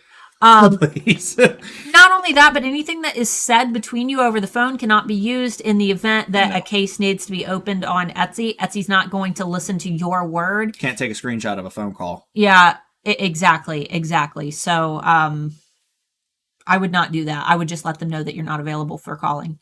Yeah, I wouldn't do that. And we do occasionally, and I'll just say this for any of them that are watching, we do occasionally have alphas that will have their phone numbers posted in their email addresses. If it's a business phone number, that's one thing, but please make sure you're not including your personal phone numbers in your email addresses. I know sometimes when you get like an internet company, like a Spectrum email address, sometimes they'll set your email up for you and your phone number will just be posted in that because it's for like friends and whatnot. But in your signature? Yeah, in your signature. But if your personal phone number is in your signature, I would take that out unless you need it for specific business purposes. I'm not going to share your information, but I also can't be responsible for somebody hacking into my email and getting your phone number. So just be careful. Be careful with your privacy. Don't forget the two companies with the best rates for large boxes and heavy items, Shippo for UPS ground and Parcel Path for FedEx ground. Well, there you go. Sure. Re-Inform Act. It's been a law in France for some time. In the UK, EU, and other countries have to have their addresses available. It sucks, but it's been that way for us for years. Yeah, I'm still not a fan of it. Doesn't matter to me. Ads have been working well for me. Awesome. Good. I'm glad. We're getting demolished by Chinese companies and eBay sellers. They know where the money is and which is being directed to the consumer. Yeah. Most Chinese manufacturers are opening warehouses all over the U.S. and especially in Ohio. If they move into Etsy, I'm closing everything and starting a Depop shop.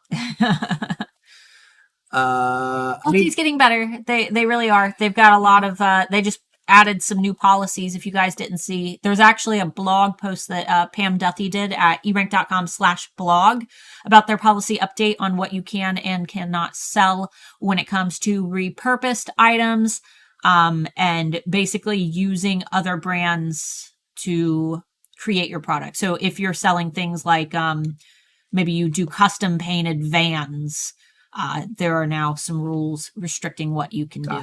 Gotta be careful. Yes. I need to research Mailchimp more. Got confused trying to create emails to auto go out when someone signs up, and then also go out when, then also get new ones I send. You have videos on how to use Mailchimp in Nope. Handmade Alpha Academy. Yes, we do not do MailChimp's videos on the channel. There's too many things that could go wrong. There's too many things that you guys could do wrong.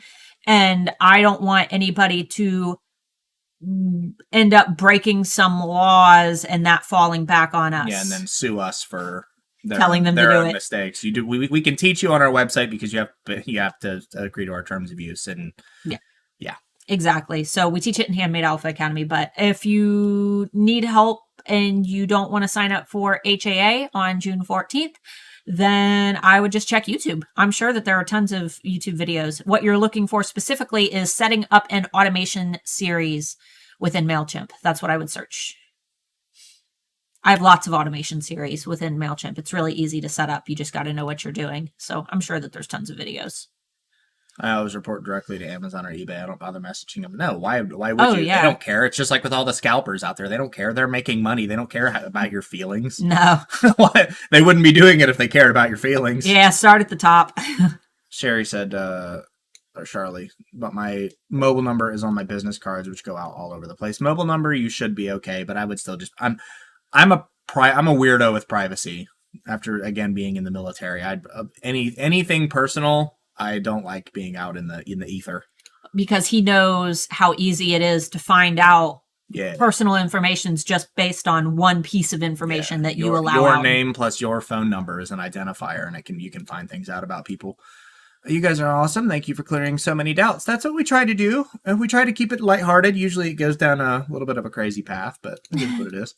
It's 1,400 views and 3 orders normal. I feel like it should be more. There is no gauge of what's normal. If you create $1,000 engagement rings and you got 3 orders out of several thousand views, that's great. If you sell things that are only, $1 and you've got several thousand views and only 3 orders, that's not so great. What you need to look for is the conversion rate norms for your industry. And even then, it still is going to vary drastically. I would start with your industry. Start with, jewelry, if it's jewelry. And then if you find that those conversion rates don't seem to make sense for you, try to narrow it down a little bit and Google maybe conversion rate, standard conversion rate for sterling silver jewelry or whatever it may be. And just keep in mind that even when you look at those numbers, there's still going to be a little bit of subjectiveness there. Blup. Etsy's buying Depop. Just Depop. rather see, huh? Depop, that's the name of the site. Yeah. Just so they'll be buying it before the 3rd quarter this year. Aha, Maple. Not Your Depop shop won't help you because Etsy's got you anyway. Not surprised. Depop, they also own Reverb, which is a site to sell music gear. And Reverb's doing just fine. Yeah, right. It's basically just all scalpers now, but yeah. I've had a landing page for over a year now, but it's all the other emails I need to set up as a sequence that have stumped me. Like I said, you'll need to Google creating an automation series. That's what you want to try to find. I'm on you with privacy. It's hard when you want to allow customers to contact you. You have other choices, though. I mean, everyone has an email address, and if they don't, they should, houses exist. They need to move out of their caves, right? So you also have the choice of doing something like a Google Voice phone number, which ties back to your personal phone number, but it is an artificial phone number that doesn't have an address tied to it. It goes through Google. And then it kind of works like a payphone. If they're in another country, you might have to pay a fee to speak with them, but it's like a couple bucks a month, and you can do it through Google. Just look up Google Voice. Yeah, just Google Voice. How do you find standard conversion rates are in my industry? Google it. Yep. All you got to say is Standard conversion rate for jewelry. standard conversion rate. And I know that Etsy's like 2.9%, something like that. Who knows? Can't remember offhand. But just Google standard conversion rate for industry, for woodworking, for crochet, for jewelry. You're welcome, Charlie. Greetings from Barcelona. Thanks for tons of information. Greetings from the United States. Depop is the future. I know a 19-year-old girl making $20K a month of Depop. She cleared $300K in 2020. Yeah, I mean, 2020 was just kind of a good year to be selling online. Yeah, don't. Etsy saw its biggest boom in history in 2020. They'd had like their best year. I know. I've been cracking up with everybody who started selling on Etsy in 2020, and now they're like, Etsy is dying. Nobody's shopping on Etsy. I'm like, no, this is Etsy going back to normal. It might be a little bit worse than usual because the market's oversaturated with all the people that thought they were going to become big rich home sellers. It's actually better than 2019. Yeah, we're doing great. Etsy's doing fantastic. It's just not as good as 2020 because 2020 was an anomaly. It's not the norm. I asked last week about E-Rank versus Marmalade numbers being so different. You mentioned they're very sure about E-Rank's numbers. So this week I created several items using only E-Rank 2 sales. Okay. Don't have any questions today. Just wanted to say I'll be signing up for HAA. Can't wait. I'm so ready to learn even more. Awesome. What is Depop asking for a friend? It's kind of like K-pop, but with a D. No, I don't know. I'm just... Who said that they... Maple, give us the definition of Depop. I know that you can sell... I'm not quite sure what you sell there. I know that you can sell, like, used stuff, right? Let us know. It seems we don't use it. We don't use it, but it sounds like you know quite a bit about it. All right, guys. It looks like we've hit the end of our questions. Real quick, I'm going to do my final spiel again. Handmade Alpha Academy is going to be opening in just 10 days. I'm working on a brand new bonus. Current students who are already in HAA, you guys are going to get it as always. And new students, you guys will be receiving it as well. Not to mention, we're also going to be giving all of the students who enroll in Handmade Alpha Academy in June 12 free months of E-Rank Pro. I say free, but it's not free. We have to pay for it. Yeah, but we pay for it. We pay for it on your behalf. So if you currently have it, you'll be already, if you already have an E-Rank Pro membership, we will take over your payments for the next year. If you don't have an E-Rank Pro membership, then you just get an E-Rank Pro membership. Everybody gets an E-Rank Pro membership. Yeah. So Handmade Alpha Academy is my 9-module course. Everything is self-paced.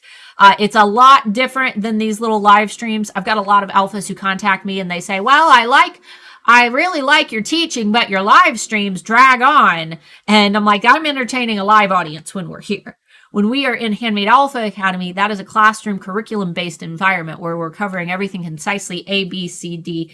Follow along with me as we go through the process of building your marketing, building an email list, setting up your shop correctly, and making sure that you have a brand that is going to last. So all of the information about Handmade Alpha Academy is down below via the waiting list link. Make sure that you sign up for that because you will receive a huge discount when doors open. Signing up for the waiting list does not mean that you are obligated to buy, but it does ensure that you get a notification when we open. You get some extra details, student testimonials. That way we can make sure that you're making the most educated choice for your business. Plus, you get a massive discount as well. Let's see. I could afford. Yeah, we're not trying to push this on anybody. If you can't afford it, please don't put yourself. Please don't put yourself out of home to be in our course. We don't want that. But we do have a 30-day money back guarantee for those who are they want to just go in and make sure it's for them. That is available. Okay, you can sell used, new, handmade, or vintage products. The fashion marketplace app where the next generation comes to discover unique items. The wasteful was part of another sentence that they cut off, but this is what transforming fashion. Yep, sounds like a sales pitch. Huh. Interesting. Very interesting. I didn't edit it very well. Deleted a line to keep it under 200, but left it wasteful. It's all good. We know. Will you be coming out with an HAA type course for one-of-a-kind items? Hopefully, eventually. The only reason, one-of-a-kind sellers can totally enroll in Handmade Alpha Academy. The only difference is that you guys are going to have an issue with ranking. That is the only reason that we say it's not for one-of-a-kind. You cannot create repeat products. You cannot get a bestseller For truly one-of-a-kind. There's nothing that I can do to fix that, unfortunately. It's how Etsy's algorithm works. So you can follow everything that we do in Handmade Alpha Academy. You just have to walk into it knowing that you're going to be at a slight disadvantage. However, SEO is not the primary traffic source in Handmade Alpha Academy. We teach you how to get traffic organically from your SEO, but we also teach you, we primarily teach you how to build your own marketing funnel through platforms like social media and through your email list. That way you're not just relying on people stumbling across you on Etsy, you're able to actually funnel traffic directly to your shop. So the only reason that we say it's not for one-of-a-kind is because we don't want you to get in there and feel left out when you see that Etsy's algorithm favors shops that have repeatable product lines.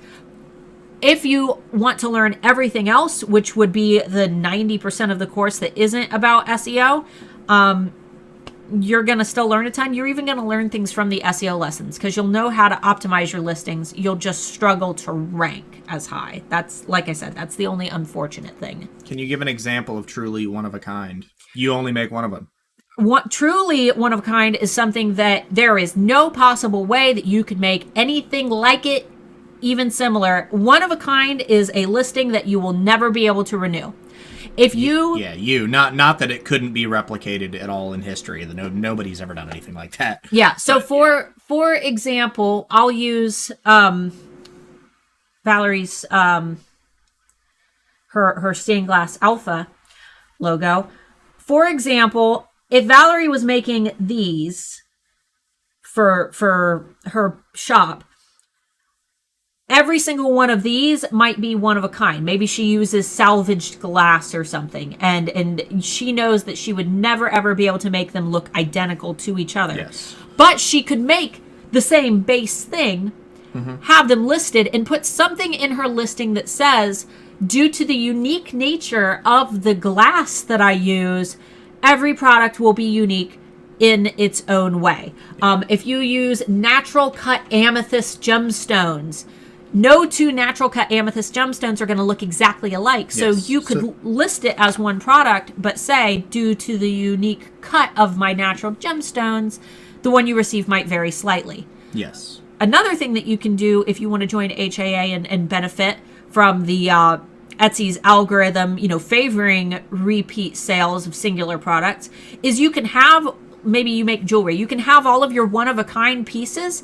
Make a small collection of things you can make over and over again. Make a couple beaded bracelets that you can just repeatedly buy the beads for and make over and over, just so you can generate a few bestsellers.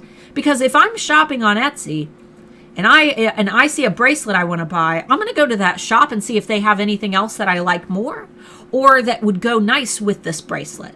So that's almost like getting a couple pieces out just so you can rank and search, and then using those to pull people into your storefront where they'll find your one-of-a-kind pieces.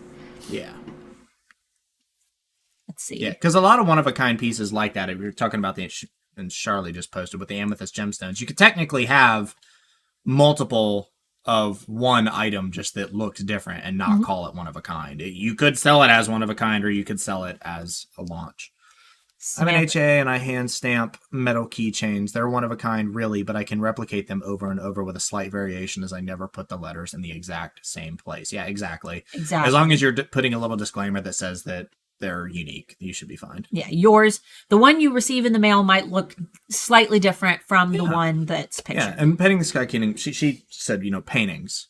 Yeah, you could go down to the same spot and paint the same river over and over again, but they're all going to be different, right? So they're technically one of a kind. Exactly. All right. Not a sight for somebody like me who turns 60 on Monday. The sexy 60s. Sexy 60s. And I just turned in my 30, my thirsty 30s. Dirty 30. Dirty 30. Dirty 30. Can't do the one for 40s because it starts with an F, and that's for Alphas After Dark. I'm Speaking of that, when did you want to do that? I don't know. Do we have a date that we could do it upcoming? I'm not committing the calendar during a live stream. I have no idea what day. We'll be doing Alphas After Dark pretty soon. Soon, guys, soon. If you haven't subscribed yet, please do. Hit the little subscribe button down below and click the bell icon if you want to get notified when we go live and when we upload videos. Click the like button if you liked it. Click the dislike button if you didn't like it. Drink some water. Drink some water. Drink some water. How long is it? I haven't been saying that. How long has it been since you've had just a nice glass of water? And Starla says, don't forget the cup of coffee that you left in your microwave. It's probably sitting in there lonely, crying. Just drink it before you have to microwave it. Microwave coffee's gross. It's sour. It's stale. That's not how you drink coffee. Yucky. Go get your cup of coffee. And if you drink Starbucks too much, just start making your own. So much It's cheaper. so much cheaper. And it's so much better. French press your own coffee. Yeah, it'll cost you feisty 40s. That's not what I would have put, but that family friendly channel here. Feisty 40s. Yeah, it costs you like $50-$60 to get started up with a French press, but to me, I think it's worth it. Probably cheaper. Unless you're one of those people that's like drinking like 6 cups of coffee, then a standard drip's going to be like your go-to, I guess. I do coffee in the microwave thing all the time. Yuck. Yeah, reheated coffee is. I can't do it. It's gross. I used to do it all the time too, but I'm so spoiled to fresh French pressed coffee and I can just make myself a cup of French pressed coffee. Sweet tea all the way. You know what's really funny is I prefer unsweet tea. We do. I'm a heretic. We're unsweet tea. Pour over people. coffee is great too. I pour over coffee's fine. Italian espresso, I think that's what the machine's called, the one you put on the stovetop that does the boil over. That's good too. Chemex, that's where it's at. That's a pour over kind.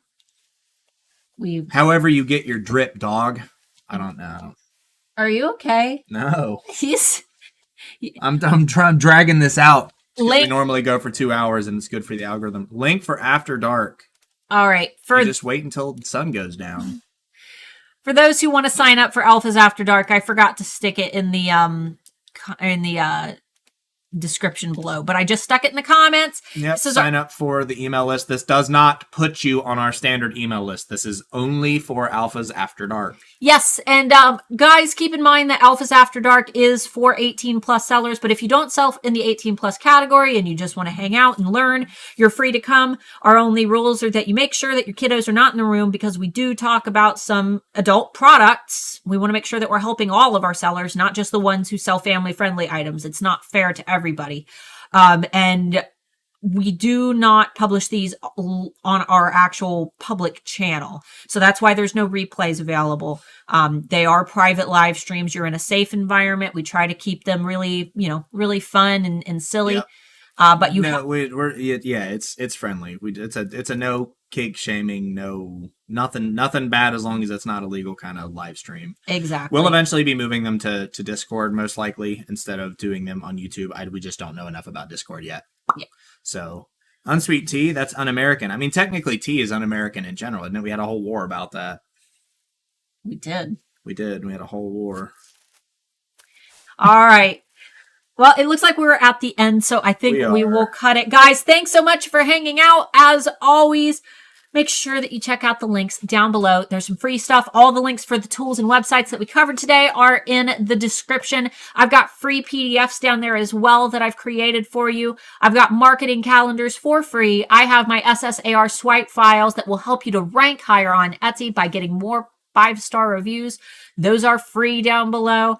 I have, what's the other one? My summer survival guide. If you're experiencing slow summer sales right now, that's free down below. And if you want to work with wholesalers and you want a nice professional invoicing sheet to work with, Amber Marie created one for you, and it comes with a training video that she created as well. That's free down below. The Handmade Alpha Academy will be opening on June 14th. When you enroll, you will be getting 12 months of eRank Pro, normally valued at $120, but we pay for that for you. You're going to be getting tons of extra bonuses. And current Handmade Alpha Academy students, look out for a new bonus that I'm currently working on. It will be releasing in the next And week keep or an so. eye out in the private Facebook community because there'll be tons of new students joining up that will need your help. Yeah, make sure that you lend a helping hand in the student campus because we've got lots of new alphas. And I think that's it. Thanks so much for hanging out, guys. Have a fantastic weekend. Be safe. Stay cool if it's hot in your area. And we will see you next week. Bye-bye. Bye-bye.